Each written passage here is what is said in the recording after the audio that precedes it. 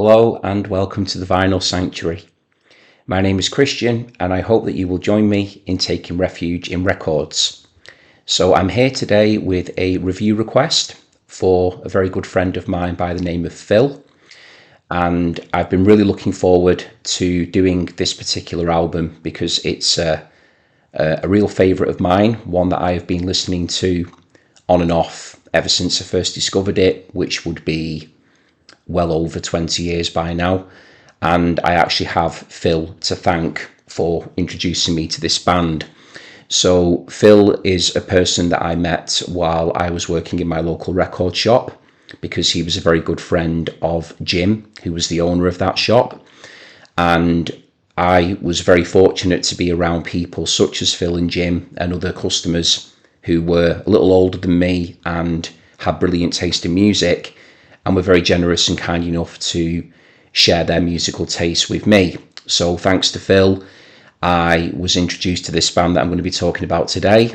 He also got me into the likes of Nick Cave and the Bad Seeds, and some other brilliant Australian groups such as the Go-Betweens, the Triffids and the Church. He also gave me a newfound appreciation for bands such as the Waterboys as well.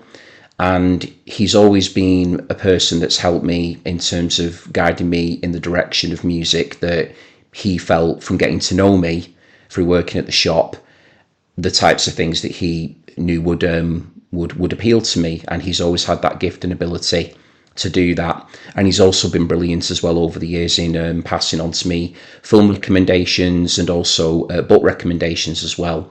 So Phil is a person that I'm very, very happy and very privileged to know.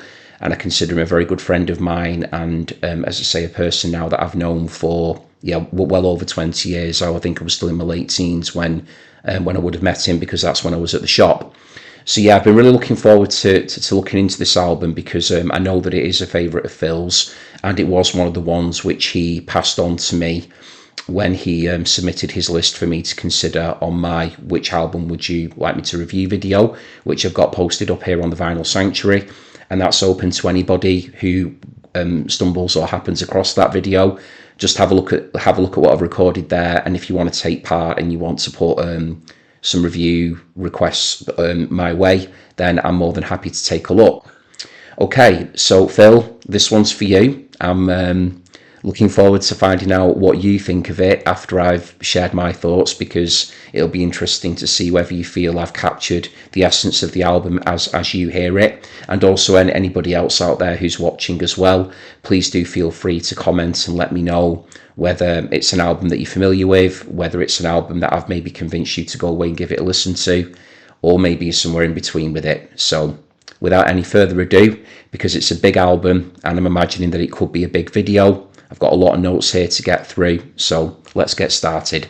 So the album that we're looking at today is called Tindersticks by Tindersticks. So it's a self-titled debut album, and you can find out a little bit more about self-titled debut albums by taking a look at a video that I've done on that subject here on the channel. And this band have already appeared a few times now on videos which I've put together for the Vinyl Sanctuary, because they are, as I mentioned earlier, a real favourite of mine.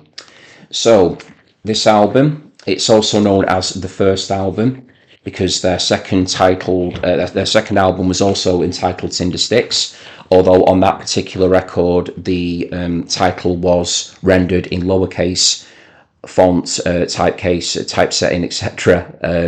And this one here has been rendered in uppercase, so I just tend to refer to it as Tindersticks. But whenever I'm writing the album out for reference, or if I'm ever discussing it, then I just always ensure that I capitalise it to make sure that people know what album I'm referring to. So that's kind of the technicalities out of the way, all that crucial important stuff. Okay, so a little bit of information about the record before we get into the review. So it was recorded in 1993, and it was originally released on the This Way Up label. So the version that I've got here is a repress, and mine was on plain recordings. So as is customary with my reviews, I always get the records out and just show you viewers what is inside. So here you can see this very, very impressive, striking artwork. Again, using the word striking, but that's the word that I always go to in my head whenever I'm thinking of something to say. So you'll have to excuse me for that if you are a regular viewer. But I would say this one is striking. I'm going to talk a little bit more about the artwork in a moment. So we'll just get the records out and I can show you the labels as well. So here's the inner of the gatefold. So we've got just the track listings there, which we're going to be talking through in some detail, and then we've got a photograph there of the band. So yeah, there's quite a few of them, as you can see there. Just bring that in a little bit more if I can, like that. There we go. Photograph there. Just hold it in place there for a moment for anyone who wishes to have a look. So they're just having a little sit down. Okay, and then we've got this sort of almost like a bit of a mosaic effect going on here at the back, like it's been destroyed in some way, almost like a bit of a cracked glass sort of feel to that there. So you can see that. And then we've got some, just some personnel information there written on the back in quite distinctive writing. Okay, so as I mentioned, it's a big album, so it has been done over two records as well, so I'll just get them out to show you. So we've got 4 sides of vinyl. Here's my copy. As I mentioned, it's on plain recordings, so it's not an original from 1993, and it's just plain black labels there, as you can see. So nothing particularly eye-catching there with that, but it doesn't need to be eye-catching, because the music, as you're going to discover from hearing what I have to say about it, is certainly ear-catching. So we can't always have everything, can we, with how things are packaged. But yeah, they're just plain black labels, so I'll just get them out anyway to show you.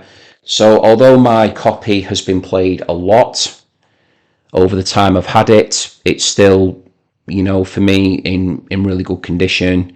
As I've mentioned before on the channel, as I'm sure is the case for all of you watching out there, it's very important for me to look after my records as best as I possibly can. Just making sure that I keep them clear of any dust, etc., and just making sure that I clean them regularly, especially with me having a pet cat as well. It is important to safeguard these records as much as I can, because when you've got cat hair and things flying around, as I'm sure you vinyl collectors out there who own pets, it's very, very important to try and make sure that we keep our precious vinyl as secure and safe and fit for purpose as much as we can. Okay, so a little bit more then about the artwork and everything else, and then we'll get into it. So as usual, I'll just be looking down at my notes here that I've written down, trying to maintain camera contact as well, because I'll be putting the vinyl down soon, and then we'll get into it.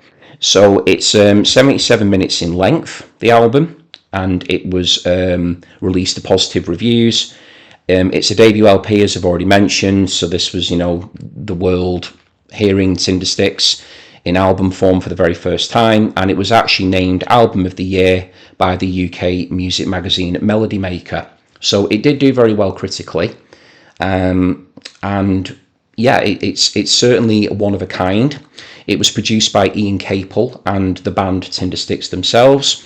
And the lineup of Tindersticks at this point, for the purpose of this record, it was Stuart Staples on vocals and guitar, David Bolter on keyboards, Neil Fraser on guitar, Dickon Hinchcliffe. I've always loved that name. He sounds like a romantic hero from a Bronte novel to me, Dickon Hinchcliffe. He's on violin. Then we've got Mark Colwell on bass guitar and Alistair Macaulay on drums and vibraphone. We then have some additional musicians, and they are Terry Edwards on trumpet and soprano sax, Martin Harmon on oboe, Rosie Linsell on bassoon, and Ian Bishop on the clarinet.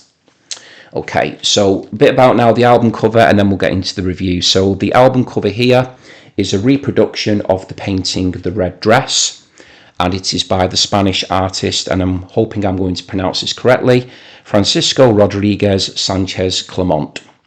So that is the painting there, The Red Dress. So as you can see, got this lady here flamenco dancing. We've got the people there in the background clapping. So yeah, a very, very famous image of the 20th century, I would say. You tend to find this painting quite a lot. I've seen it in antique stores and places like that, and it is my intention at some point to get a print of this painting, a nice print in a good frame, which I intend to hang downstairs in the dining room, because I would really love to have this album artwork represented in my own home, just because of the love that I have for the album.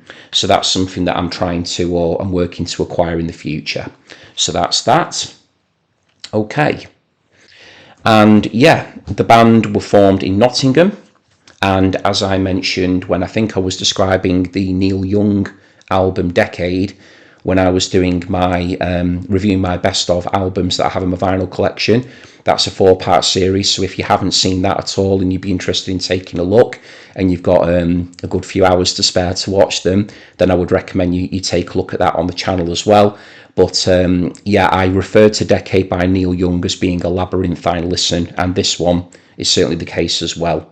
And given the fact that this isn't even a compilation, this is an actual studio album, I think it's all the more astonishing for it, in that there is a great deal of ambition and sweep to be found on this album. Very assured, very confident, and yeah, we'll see how we go here with our notes, with my notes, and see how you find it. Okay, so I will try to go through them as quickly as I can, but I have written down a lot because, as I mentioned, it's a big album. I want to do it justice. I've got a lot of things to share about it, and then hopefully I'm not going to be clocking in at the length of a full feature film. But if that does happen to happen, I'm giving you fair warning now, and if you choose to stay with me and watch it, then I thank you in advance for doing that. If not, then I do hope that what you do listen to piques your interest, and that you give the album a listen if you're not already familiar with it, or if you are, it might encourage you to go back and give it another go. It may have been a while. So yeah, unbelievably now this album is 31 years old, or it'll be coming up for 31, I think, in October this year, which is when it came out, back in October 93.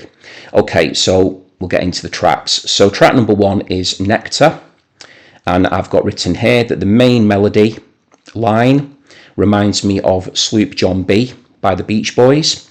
It's a nice straightforward chamber pop and a pleasant introduction to the album. The instrumentation is pleasing, but the standout component is the mumbling style of vocalist Stuart Staples. So I've mentioned Stuart Staples' vocal stylings a number of times on the channel now. I've even done a couple of impressions. I'm not going to do one here today, but he has got a very distinctive vocal style. So that becomes immediately apparent when Nectar's had its chance to kick in. So it's difficult to make out what Staples is singing, so you need to listen closely. His lyrics are worth paying attention to, by the way. But yeah, it's quite a difficult voice to work out there, especially if you're engaging with it for the first time. The voice may or may not be a barrier to listeners, so I'm just being upfront and honest about that, but it's never been an issue for me. I like how distinctive the voice is, and I find it more intriguing than off-putting. So that's always been the case, because once I had discovered this album and discovered this band, I continued to follow Tindersticks all the way through, continued to be intrigued by them, and yeah, I never ever had an issue with the way that Stuart Staples performed. I hear a slight comparison to Roland Gift from the Fine Young Cannibals. That's another reference I've made in other videos. I do definitely hear a bit of Roland Gift in the way that Stuart Staples sings, and it's crossed with a little bit of Lee Hazelwood as well. So at times when he's sort of going for a slightly deeper croon, and when his words are enunciated with a bit more clarity, I do hear some Lee Hazelwood in the way that Stuart Staples performs as well. Nectar is the first song on this album, obviously, because it's the opening track, but what I'm going to go on to mention is it's the first song on the album to reference a form of liquid, and there's more of that to follow. So with Nectar, we've got a reference here to liquid. Okay, so track number 2 is called Tide. This song has got a dark, smoky, jazzy vibe to it. It's not dissimilar to the sounds that Tom Waits was making in the early to mid 80s on albums such as Swordfish Trombones and Rain Dogs. So if you're into a bit of Tom Waits, then the track Tide might be up your street. Dick and Hinchcliffe's violin work reminds me of the Velvet Underground on this track. The piano sound on it is deep, disturbing and dangerous. Staples' voice is slightly clearer in its delivery, and the tone he takes on fits the mood of the song perfectly. It's definitely doomier than Nectar, and it rocks out a bit in an alternative rock kind of fashion. So the album, 2 songs in, is weaving, in my opinion, a very fascinating world to explore. Okay, so track number 3 is called A Sweet Sweet Man Part 1. It's a short snippet of a larger song that appears across the album, and it appears in 3 different parts. So this is part 1. The instrumentation is sparse, it's got a pulsing bass line to it, and lyrics referencing dancing.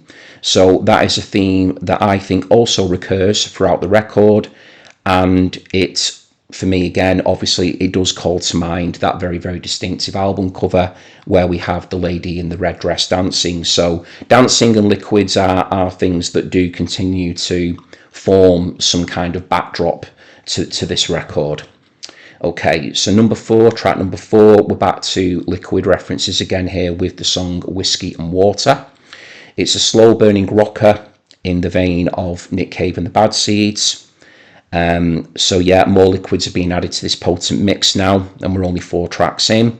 So whilst the tone of the album is dark and slightly gothic, the music shifts in shape so smoothly and assuredly. So the point that I'm making there is that we're only 4 songs in, but we've already had quite a diverse array of sounds being made by Tindersticks, and the way that they seem to be able to shift from doing this kind of experimental thing to a little bit of the sweet chamber pop that we hear on Nectar at the beginning, through to this sort of Nick Cave type of vibe that we've got going on now. They just seem to be almost morphing before your very ears, and it's really quite a startling thing, given that this is a band who are coming out the gate here with a debut album. So I've written here that there have been no missteps thus far on the record, and that the ambition on display, for a debut album is rather remarkable. So I've already kind of made that point there. The band's musicianship here is in full flow, with all members shining, respectively. The violin sounds mournful, and Staples sounds confessional. And I've added that it is an outstanding song. So for me at the moment, Whiskey and Water, of the 4 that we've heard so far, as good as they've all been, I do think it is an outstanding song, a really, really strong one to have at the opening stages of such a big album. Okay, so then we get to track 5, which is Blood. So we've got more liquid here. Well, blood is liquid in part when we rule out the plasma. So yeah, there is again a liquid reference going on. And blood won't be the last bodily fluid to be referenced on this album. So I have written here that I love the false start that's retained in this song, and I've always wondered, is it intentional or is it a genuine misstep? So either way, I've always found its inclusion to be compelling. So they could easily have just edited that false start out, but they haven't. They've kept it. So you hear the drum click coming in again, and the band just get going again with it. So I've noted that it's an imperfect element that doesn't detract from what the album is striving for. Is the album teaching us in some way to embrace imperfection, or am I simply reading too much into it? So I don't know, but it is something that I do wonder there about that sort of whole thing of imperfection. So maybe I'm reading too much into it. Stable sounds tender here, and the music really, really jangles. But I also noticed that whenever I listen to Blood, that the audio quality is a little bit rougher than on previous songs. It's a little less symphonic, and it almost has a bit of a demo-like quality to it as well. So I'm not sure if it is like a demo take that they've retained and put on the album, or whether it's intentionally been recorded to sound a little bit rougher. But either way, it works really, really effectively. And I've also noted that the organ part towards the end is truly lovely, which it is. Okay, so track number 6, we've got City Sickness, which is definitely one of my favourite songs on the album. It sounds very 60s inspired, and it's very cool and confident. That's how I think it sounds to me. It's got a beautiful chorus to it with glorious use of vibraphone.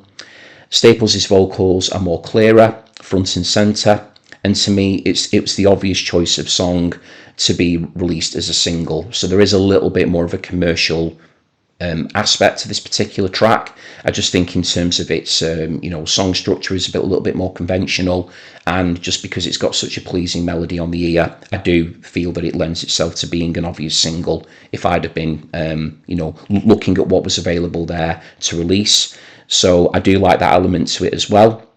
I always think of Scott Walker when I hear this particular song. The guitars on the track are bubbling under, but they're doing interesting things. So there's actually like quite a slightly distorted, discordant feel to the guitars, but they are buried quite low in the mix. And then right over the top, you've got the vibraphone and the violin very much leading the way. So yeah, it's just got such a lovely chorus to it and a great vocal performance by Stuart Staples as well. Okay, and then track 7, we get to Patchwork, which is an absolute showstopper. I truly, truly love this song. And again, final plug for other videos which I've done on my channel. If you're interested at all in learning some more about my favourite track 7s, which I've got in my vinyl collection, then please do check out that video on the Vinyl Sanctuary. But anyway, back to track number 7 on here, which is Patchwork. It's my favourite song on the album, no question about it. And it is one of my all-time favourite Tindersticks songs, full stop. The band are on fine form here. They're turning in a masterful take on the chiming, droning pop of the Velvet Underground. And that's the style that the Velvets pioneered it to some extent and gave to the world. And I feel that the Tindersticks here do a really brilliant job of mining that particular source and making it their own and delivering a piece of music that I just find to be truly beautiful. But it's very much in a Velvet Underground style. The colours that Staples sings of in the lyrics comprise his personal patchwork. So he's talking about weaving together almost like this tapestry or this patchwork quilt, or however you want to look at it, of various emotions and feelings that he's got. So he assigns a colour to the different emotions, and he talks about red being guilt or representing guilt, and that there is a lot of red in his particular patchwork. So we're getting a song here where he's singing about feeling guilt and feeling ambition and various other emotions as well. But my favourite lyric in the whole song is when Staples sings, "The yellow is my sunshine, comes out on odd occasion, rarely enough to keep you around." So I feel that there is a sense of loss and longing to, for Stuart Staples, whether he's singing about himself or somebody else. I feel that there is a longing to feel this sunshine. And because of the way that Stuart Staples sings it, it feels pure and palpable in terms of the emotion behind it. It doesn't sound forced or contrived, or that he's putting on an act. The way that the voice sort of breaks in places and the way that it's delivered, it just really feels like it's coming from a genuine place. So I wanted to make a note of that. And then when that lyric has been sang, the song gives way then to this really blissful outro. It's just such a lovely continuation of the mood of the song, and I think it has got it's a trumpet part towards the end of it as well. Which would have been, just referring to the cover there, that would have been by Terry Edwards. So it's just a lovely continuation, and for me it's just a perfect song. Okay, and then track number 8, we've got Marbles.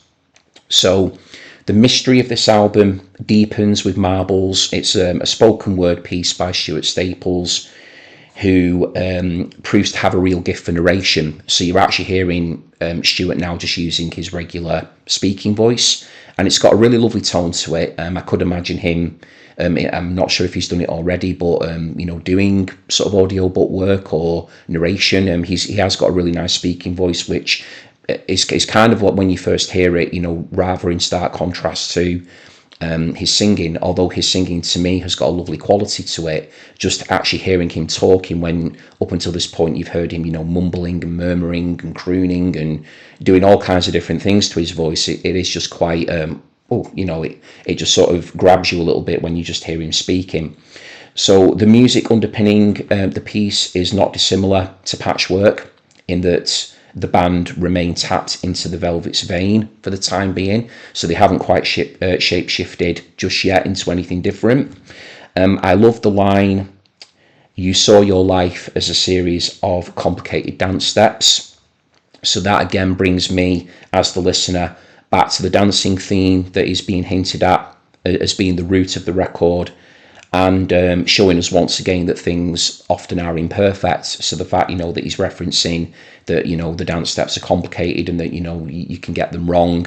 It's almost, again, for me, the way I interpret it, it's almost like this kind of validation or reassurance that it's okay for things to not always go as you feel that they ought to, or go to plan, or maybe even having some way of having a backup or a contingency for that. Again, that's just how I read into it. That's just my own opinion of it. And of course, as well, any references to dancing throughout this album does always bring me back to that front cover.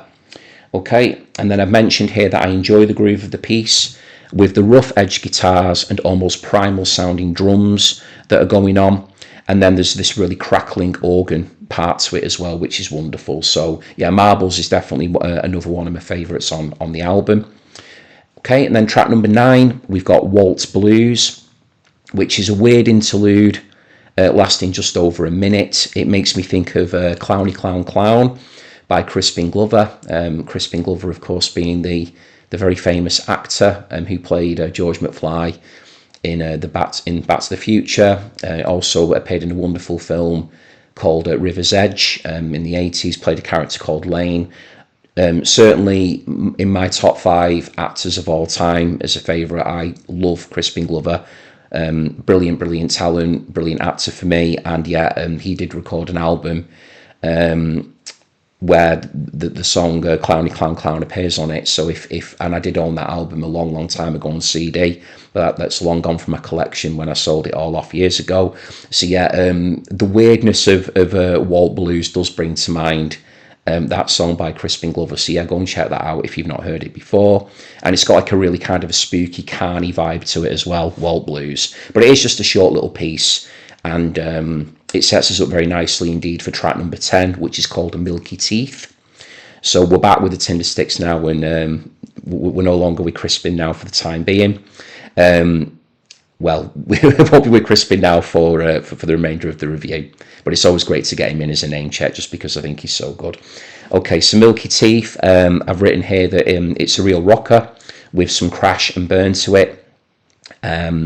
It's got a great use of dynamics here going on. I mean, this was 1993, so dynamics were becoming a lot more apparent in sort of alternative music, thanks to the kind of the way that Nirvana popularised the sort of the quiet, loud, quiet dynamic that bands like Pixies, etc. done before them.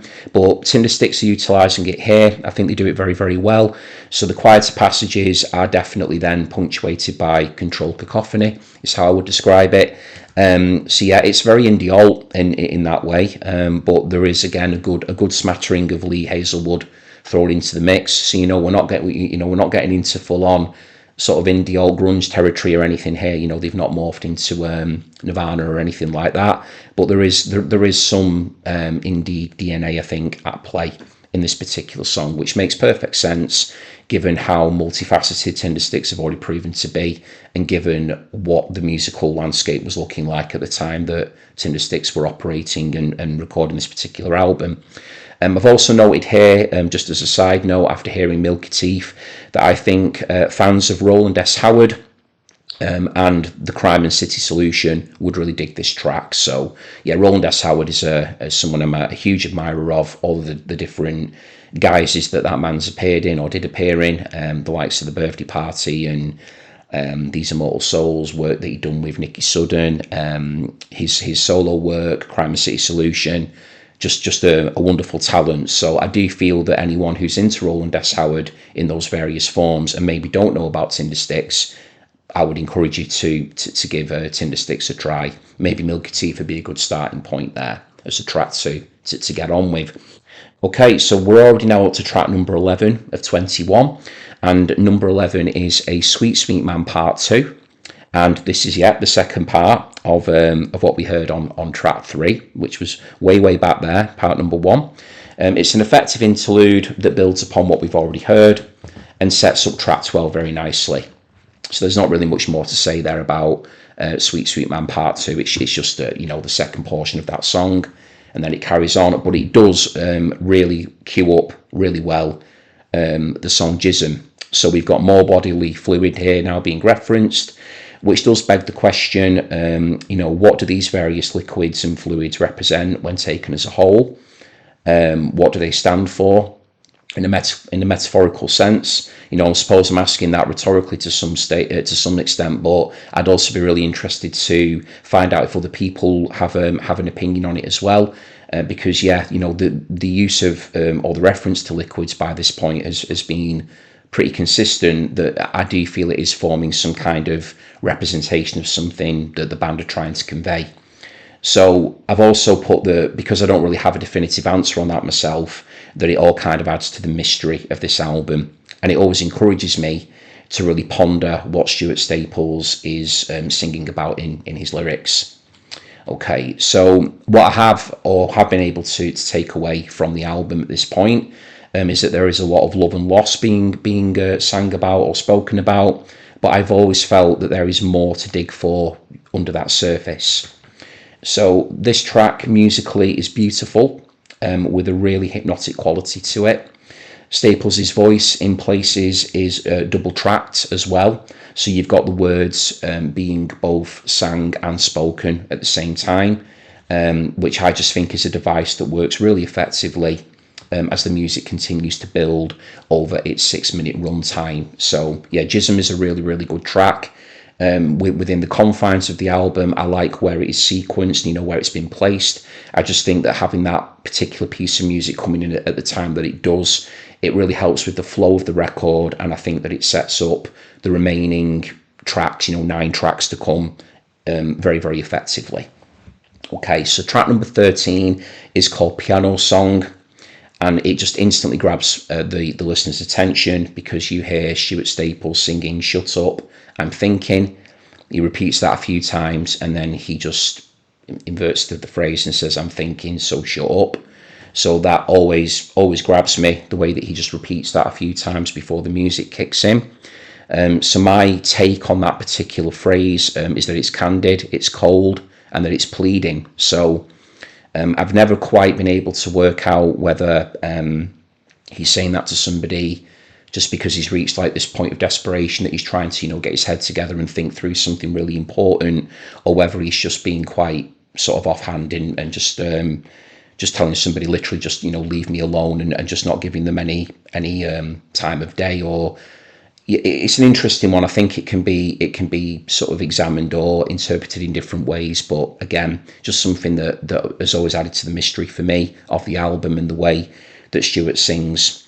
So the music, again, I feel now has returned to this very sort of chiming Velvet Underground vibe, which I'm just totally on board for. I mean, I'm a huge Velvet Underground fan anyway, massive fan of them. So whenever they're kind of tapping into their Velvets thing, I'm totally there for it. I've also noted as well that it's called Piano Song, but the guitars is actually the instrument that dominates throughout. So is this Tindersticks expressing a dry sense of humour? Maybe not. Not sure about that, but yeah, it's called Piano Song, but it's pretty much a guitar track. And the one thing for me about it is that I do wish it was actually a little bit longer. So I could definitely hear another minute or two being added onto the Piano Song and continue to love it. Okay, so track number 14 is called Tie-Dye, and this track revisits track number 2, which is called Tide. I've already spoken about. So that was the one that I mentioned sounds sort of very Tom Waitsy. So yeah, I've written here that an argument could be made to say, does this song actually need to be on the album, as it's a song that we've pretty much heard already. It's just in a slightly altered form here at track number 14, but I welcome it personally, and I'm pleased it's here. So I don't have any personal beef with it, or I don't think that that it had to be cut, I suppose, but I would understand it. I've said here that it's not necessarily necessary to have it, but that the band, for whatever reason, have saw it fit, for this song to resurface at this stage of the album. but I would also get it if some listeners chose to skip it. I don't think it's an essential track to the album, although I certainly welcome it. I don't have a problem with it, and yeah, it's just kind of there and then it's over. But just as a point of reference, I do actually prefer Tide. I prefer the previous version to the one that we get here, which is called Tie Dye. So that's just my own take on that. Okay, and then track number 15, we've got a song called Raindrops. So we're back to Liquid again, but not related to the body. I love how the piano sounds on this particular song. There's a real cinematic quality to Tindersticks' songwriting that's already been evident throughout the album that we've heard at the moment. But I find it super important here and apparent to make that point. Just because I think that up until this point now we've had this real spell being cast here on the listener. So I just think it's an excellent thing to have done by the stage. And what I've said about it here as well is that I think it's a great song to close your eyes to and to immerse yourself in. When those tinkling piano notes drift in and out throughout Raindrops, it sounds truly glorious, but there's a real sadness there too. So sadness is something that does linger, I think, throughout these songs on the album, but there's just a real beautiful melancholy to this song, which I do feel makes it fit for the silver screen. Very, very sort of widescreen cinematic scope to it.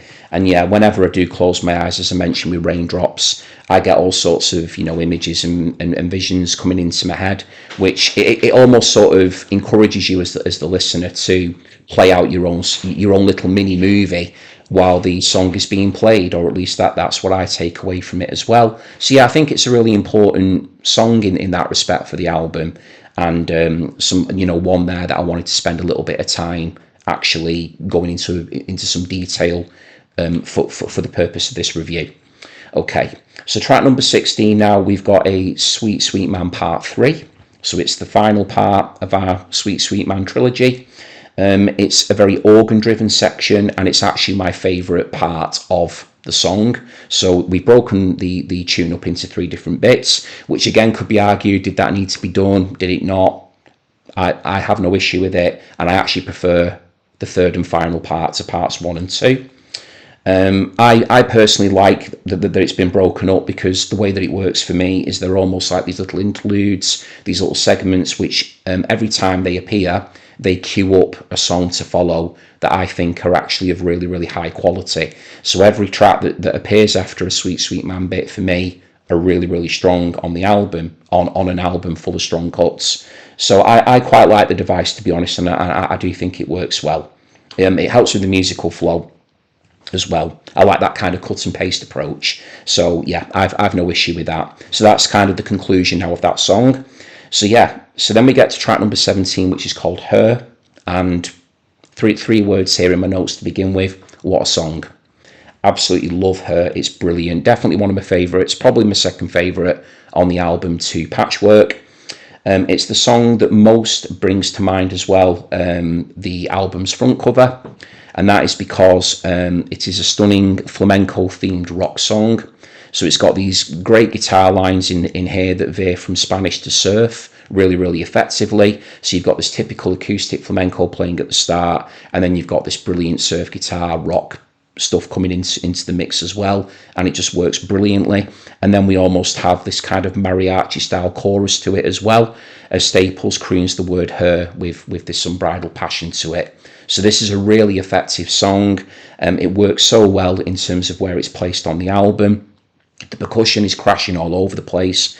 It sounds exciting, and the song injects a real burst of energy at this stage of proceedings, because the album now is starting to move towards its close. I mean, we've still got another 4 songs to go, but we are beginning to draw nearer to the end of this incredible journey that we've been on, that's over an hour in length. So yeah, her is such a crucial song, I feel, to this album, and definitely elevates it into a status that I'll talk about in a little bit more detail during my conclusion And I've just noted here as well that I still get really excited whenever I listen to it. So when I was playing the album again for the purpose of this review, it's just one of those songs that gets me every time I hear it. Okay, so track number 18, we've got Tea Stain, and I feel it's very similar to Walt Blues, so that being the track that I was talking about a little bit earlier, reminding me of Crispin Glover.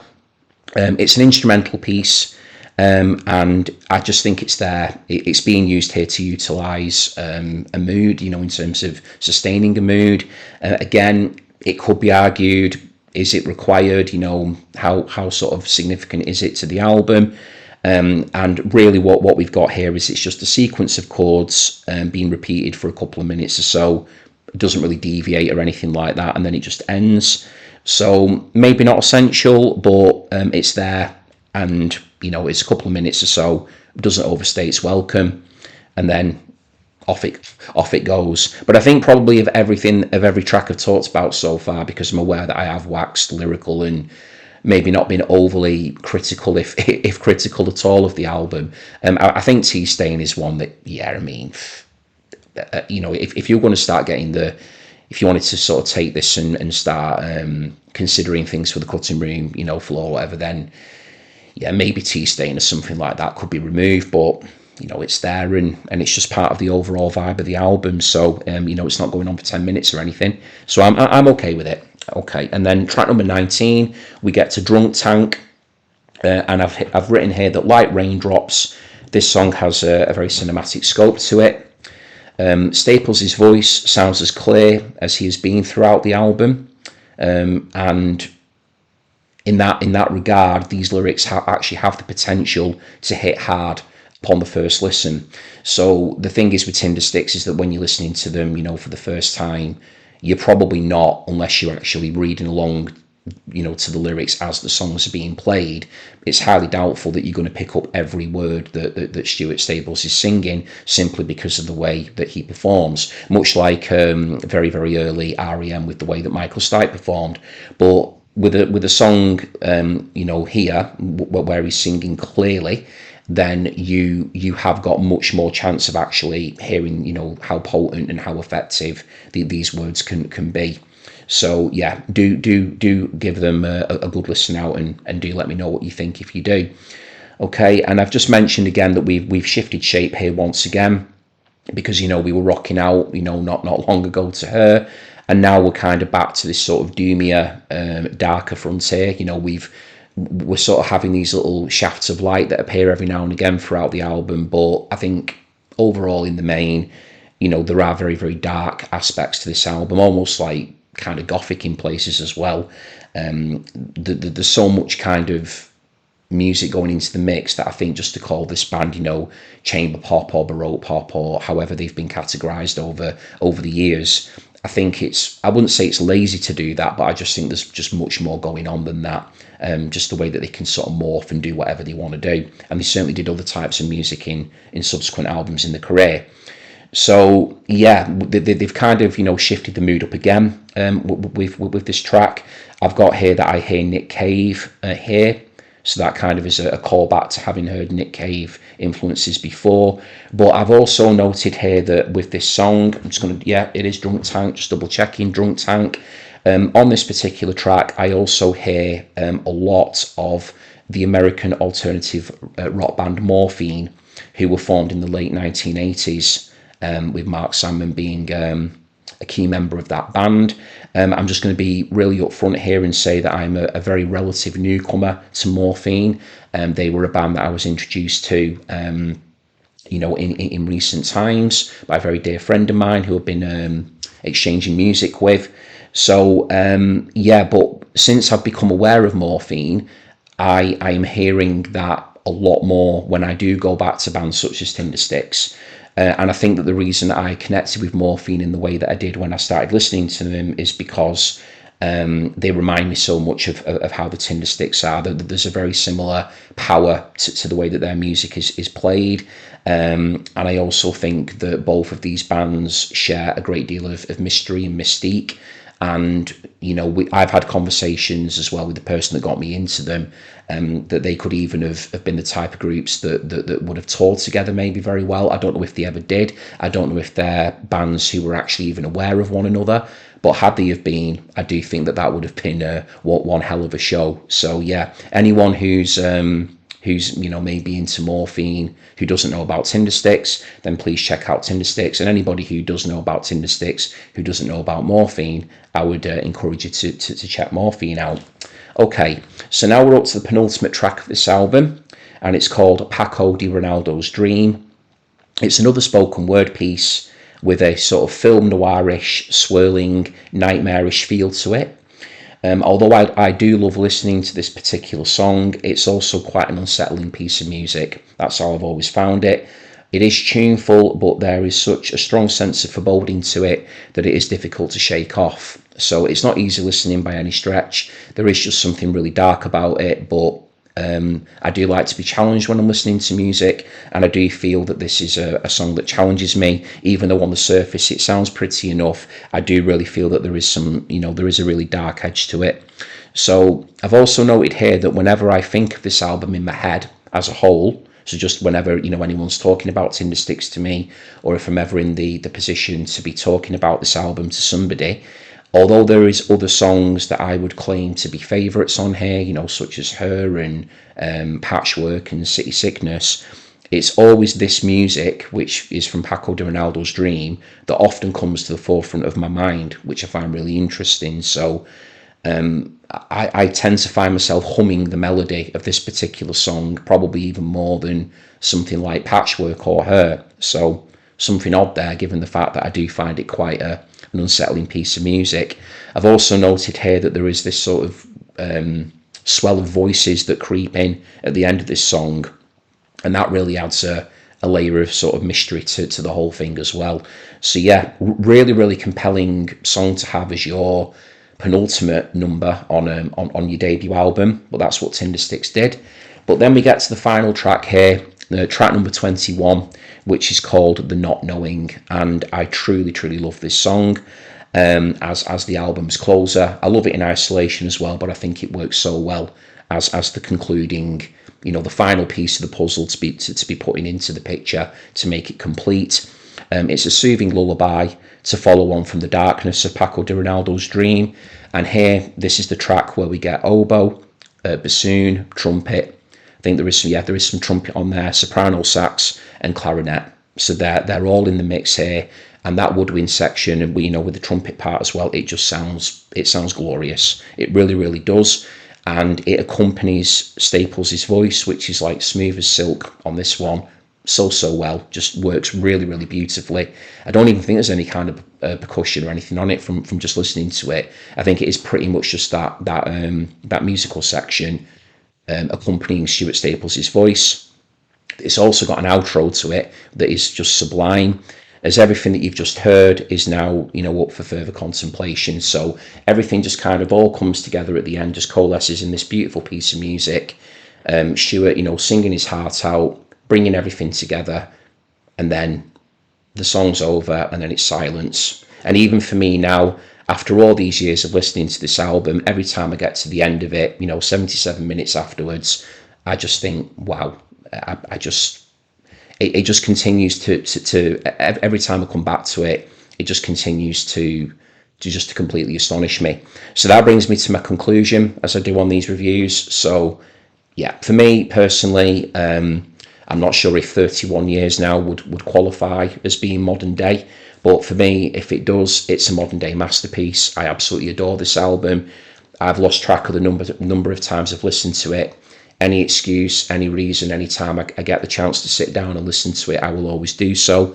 So I sincerely thank Phil for having this album as one of the choices that he put forward for me to consider. Every time I listen to it, it's one of those albums that I always take something new away from it. So even though I've heard these songs so many times, I hear different bits in it. I take away different conclusions from the lyrics that I'm hearing. It's always prompting me to think about stuff. And in that way, The only thing that I can kind of liken it to is if you've maybe read a book that you're always sort of thinking about, the ending of the book, or what does it mean, or if you've watched a film perhaps that's got like a bit of an open ending to it, and sometimes you think at some point when you watch it that did the storyline go that way, and then other times you might watch it and it goes another way. That's kind of how I feel with this particular album. So even though the music is always the same, no matter what, when you put it on, and the lyrics are the same, I just think that the interpretations that a person can take away from it can vary. And I've always been drawn to art that encourages you to do that, whether it's looking at a painting or whatever it happens to be. I just love work that continues to make me want to go back to it and make me want to question what I've heard and just take away new experiences from it. So it's a truly, truly wonderful album. As I mentioned right at the beginning of the video, for it to be a debut, for me, it really, really just blows my mind in that respect. The instrumentation is so good. They're really, really adept musicians, got such a clear vision of what they wanted to achieve, execute it perfectly. It sounds great as well, the production by the band and Ian Capel, just the way that it all comes together. It sounds brilliant as well. So a truly remarkable achievement, and an album that I personally can't recommend enough. So I do hope that you enjoyed that review, Phil, and I do hope that all of you out there watching have enjoyed this review. So if you liked what I have to say today, and you feel that you would like to get involved in terms of watching the videos on the Vinyl Sanctuary, and you want to join me in taking refuge in records, and you're new around here, then if you could maybe consider subscribing to my channel, I would really, really appreciate that if you did. It would mean a lot to me. The channel is continuing to grow, and all support is wholeheartedly welcomed. Also, if you liked the video and you would maybe consider giving it a thumbs up, that would mean a lot to me too. So thank you if you do choose to do that. And if you do make that decision to subscribe, then please do consider clicking the notification bell, and then that will keep you up to date with all of my content landing as and when it does. At this moment in time, I am trying to hold myself to account to post at least a video a week. That's what I'm trying to do at the moment, and I've just managed to squeeze this video in here as I record it for the week that it'll be going live on. So I am constantly thinking of new things to do, and I have got other ideas in the pipeline. So I will try to get to new stuff as quickly as I can. So if you made it to the end of the video, thank you very, very much indeed. And until next time, take care and bye for now.